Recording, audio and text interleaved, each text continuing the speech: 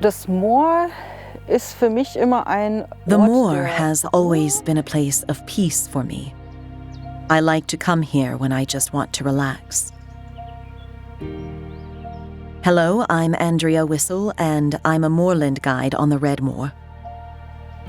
Originally, I just wanted to broaden my knowledge of moors because I live near the Red Moor and wanted to organize guided tours for children.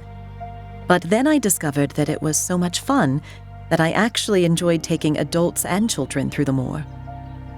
Although there are few flowers in the autumn, many people still come here because the display of color is quite spectacular. We have a whole palette of greens, and the reds and browns are also wonderful in this place. You can walk through this area every couple of weeks and always find new, fascinating colors.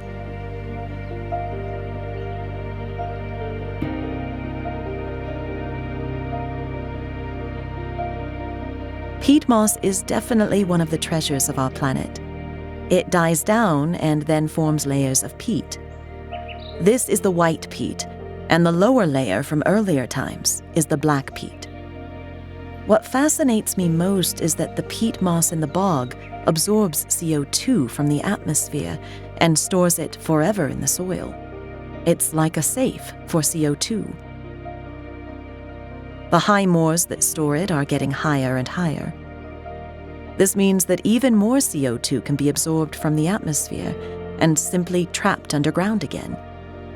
The worst thing you can actually do is peat extraction, because peatlands have stored CO2 and effectively sealed it off forever. But when you open them up again, the CO2 is released into the atmosphere. This means that the climate warms up even faster when peat is cut. In fact, this is still happening. Many bogs were drained, the water drained away, and only then could the peat be extracted from the ground. This year, the Red Moor has become waterlogged again. This means that sheet pile walls were built to stop the water, the rainwater coming from above, from flowing out. Peatlands actually cover only 3 to 4% of the Earth's surface, but they can store twice as much CO2 as all forests combined. In other words, if you want to protect the climate and start with peatlands, simply by stopping peat extraction and leaving them undisturbed, you can make a difference pretty quickly. They are a closed ecosystem. They do a lot of good for the climate. For me, peatlands are the greatest treasures on Earth.